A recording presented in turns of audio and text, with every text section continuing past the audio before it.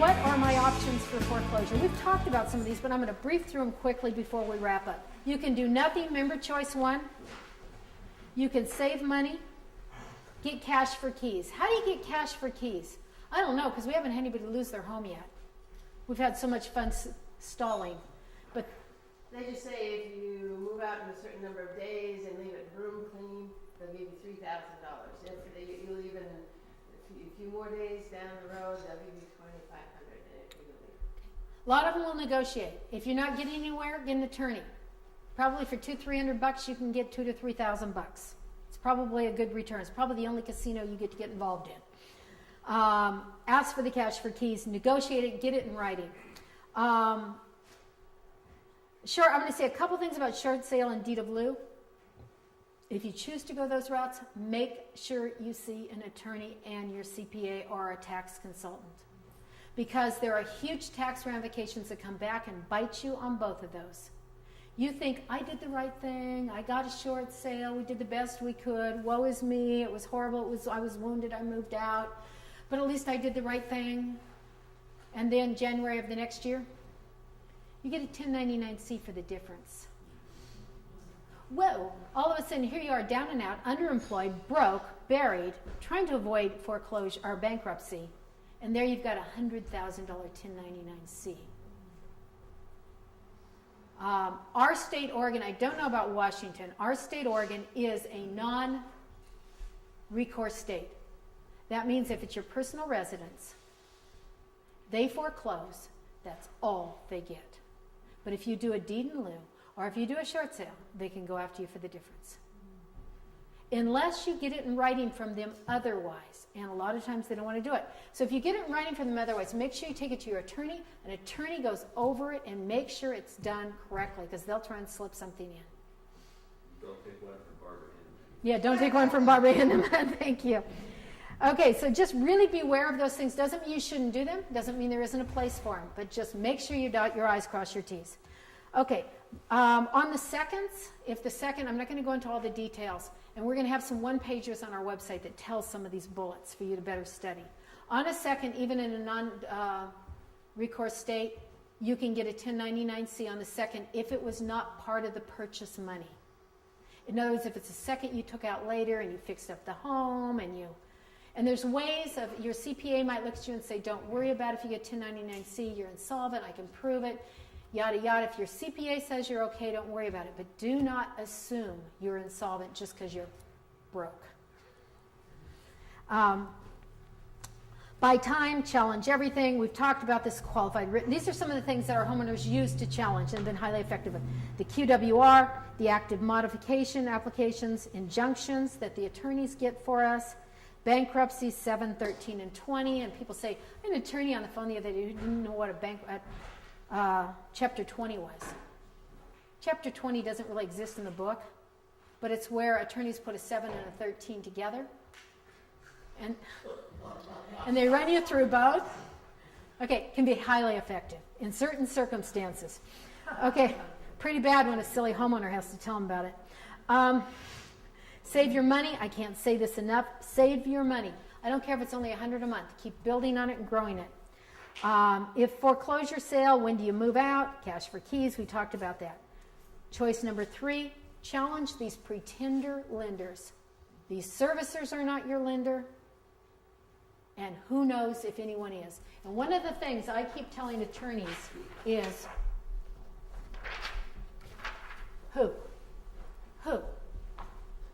I don't think anybody owns my loan, and I could be wrong. And if I am right, I could have a judge still rule against me. But I don't believe anybody owns this loan. We took out the loan. The investors put up the money, but the investors did not buy our loan. All the people in between had no skin in the game. So who owns my loan? Real estate law 101. Who owns my loan? Nobody who's foreclosing on me ever put a nickel into it. Nobody who's foreclosing on me has anything to lose. So I could be just really wrong. But meanwhile, here we are, 16 and a half months later, not in foreclosure. So I haven't been totally wrong so far. Get educated on your loan and your lender. This is a process.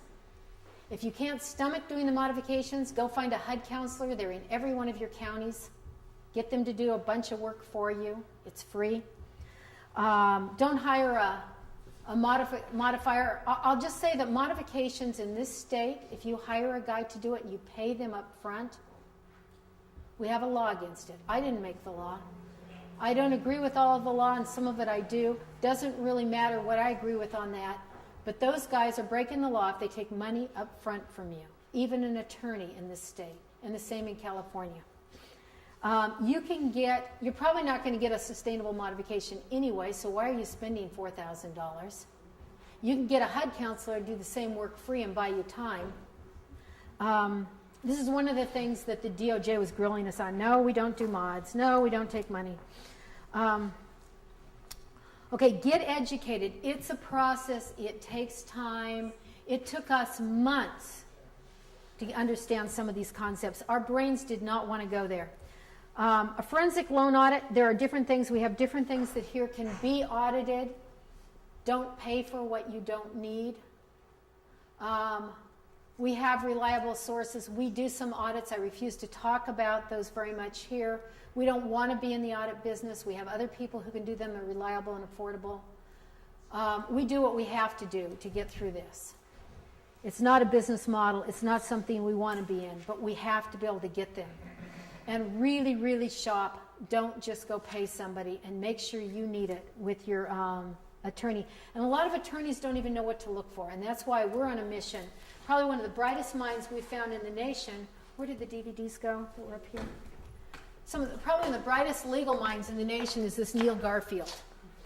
And so we've studied his work in depth. I take these around to attorneys. We've ordered them. We leave them with the attorney. It's like force-feeding them pablum.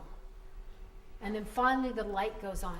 This guy was a hardcore litigating attorney for years, but he started on Wall Street with securitization. He knows it inside out and backward. He's retired now. He doesn't take on cases. He does train attorneys. He's a smart man. He's on a mission. He's retired. He's got health issues. He can't really take on cases. But he's helped a lot of people across the nation with his research and work. So we have a YouTube channel with his work on it, Cameron Baxter Films 09. It's all Neil Garfield giving you the stuff. What was that again? Cameron Baxter Films 09 is YouTube. He's got a lot of good stuff. If you did nothing but go study that work and start to understand it, it'll help you get educated. There's a lot of free education.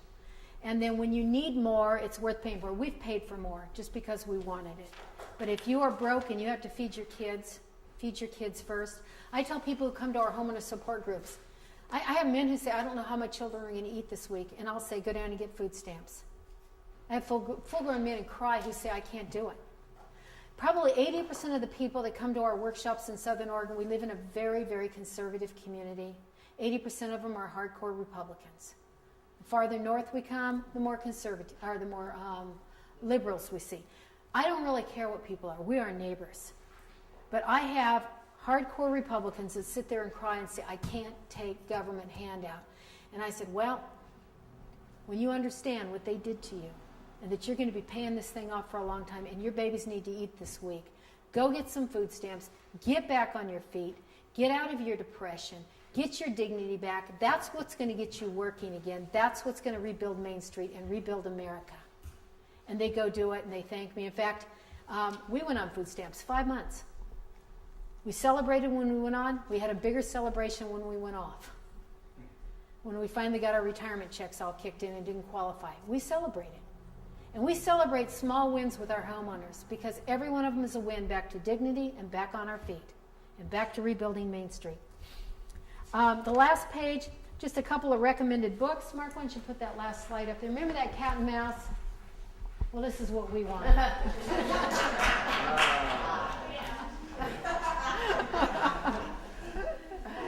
Yeah, I'm all over that one. How about you? So I hope that you were able to find some value in today. I hope that you go out and share your stories with your community. I hope that start getting people to our website.